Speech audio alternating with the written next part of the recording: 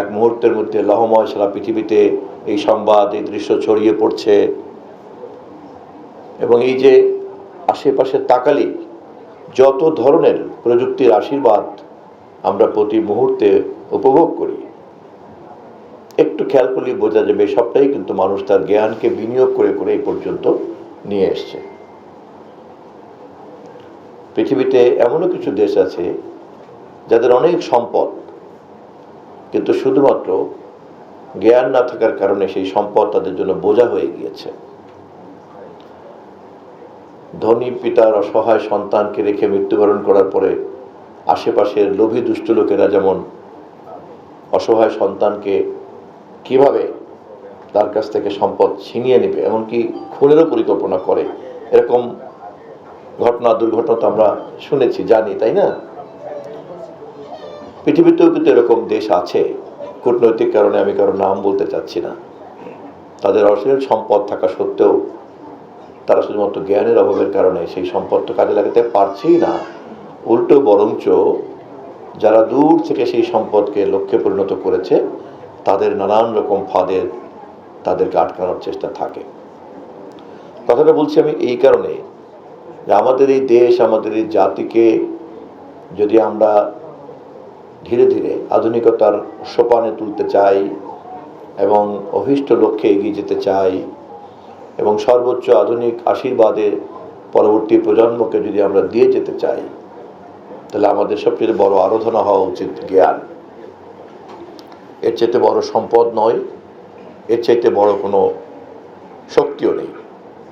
ফলে মানুষ যখন সম্মিলিতভাবে এই জ্ঞান সম্পদের মালিক হয় এবং এই জ্ঞান সম্পদকে মানুষ যখন সম্মিলিতভাবে কাজে লাগায়, তখন তার চাইতে সম্পদবান কেউ হতে পারে না, তার চাইতে ক্ষমতাবান কেউ হতে পারে না, তার চাইতে শক্তিশালীও কেউ হতে পারে না। আজকে যারা অ্যাওয়ার্ড পেয়েছো, আমি তোমাদেরকে উৎসাহ দিয়ে শুধুমাত্র কিছু অলংকারিক ভাষা ব্যবহার করতে চাচ্ছি না। আমি এই কথাগুলিকে বললাম এটা বোঝানোর জন্য যে তোমাদের মধ্যে যে সুপ্ত প্রতিভা আছে, সেই প্রতিভাকে সর্বোচ্চ মাত্রায় ধার দিতে হবে, শার্প করতে হবে এবং তোমাদের মধ্যে সুপ্ত প্রতিভাকে সম্পূর্ণ মাত্রায় বিকশিত করতে হবে। এমনও হতে পারে কারো কারো প্রতিভা শুধুমাত্রই একবার বেরিয়ে পড়লো, ঝলক দিয়ে উঠলো অথবা বিদ্যুতের মতো চমক দিয়ে উঠলো, তা নয়। প্রতিভার মুখ একবার উন্মোচন করলে দেখা গেল যে অনন্তকাল যতদিন সে জীবিত আছে ততদিন তার জ্ঞান, তার মেধা, তার বুদ্ধি দ্বারা সভ্যতা আশীর্বাদ পুষ্ট হতেই থাকবে।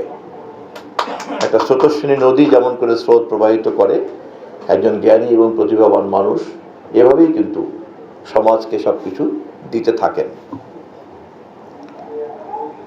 আরেকটা কথা আমি বিনয়ের সঙ্গে বলে রাখছি, যেহেতু তোমরা সবাই আমার সন্তান তুল্য। আমরা যাদেরকে অনুকরণ করতে চাই, অনুসরণ করতে চাই বা আশেপাশে জ্ঞান অর্জন করতে চাইলেই যে সমস্ত মহামনীষীদের কাছে আমাদের কাছে যেতে হয়, যাদের কর্ম, যাদের লেখা বই পুস্তক, যাদের নাম ধাম আচরণ ইত্যাদি আমাদেরকে গবেষণা করতে হয়, কাজ করতে হয়, তারা কেউই কিন্তু পৃথিবীর খুব নাম করা ধনী এই জন্য করা হচ্ছে তা কিন্তু না। একটা লোক পাওয়া যাবে না যে তারা খুব ধনী ছিলেন এবং তারা বিরাট একটা ক্ষমতাবান ছিলেন, সেই কারণে 1000 বছর পরেও তাকে নিয়ে আলোচনা হচ্ছে না।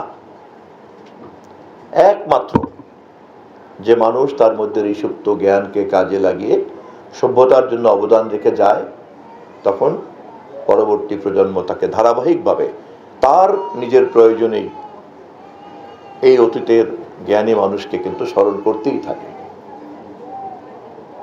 যেমন বিজ্ঞানের জগৎ আশাবাদ করি। সম্মানিত সুধী, এখানে উপস্থিত আছেন আমাদের শিক্ষার্থীবৃন্দ।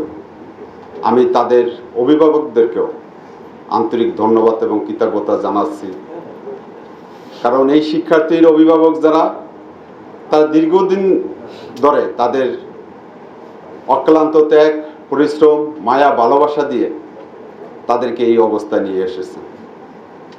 পাশাপাশি আমি কৃতজ্ঞতা জানাচ্ছি, অভিনন্দন জানাচ্ছি আমার সম্মানিত শিক্ষক সহকর্মীদের, যাদের দিক নির্দেশনায় এবং যাদের জ্ঞানের আলোয় তারা এই শিক্ষার্থীরা আলোকিত হয়েছেন।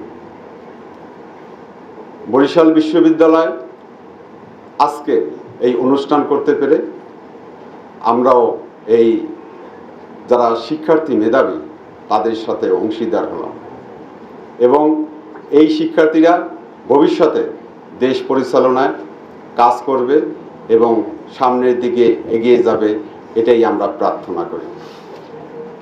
সম্মানিত সুধী।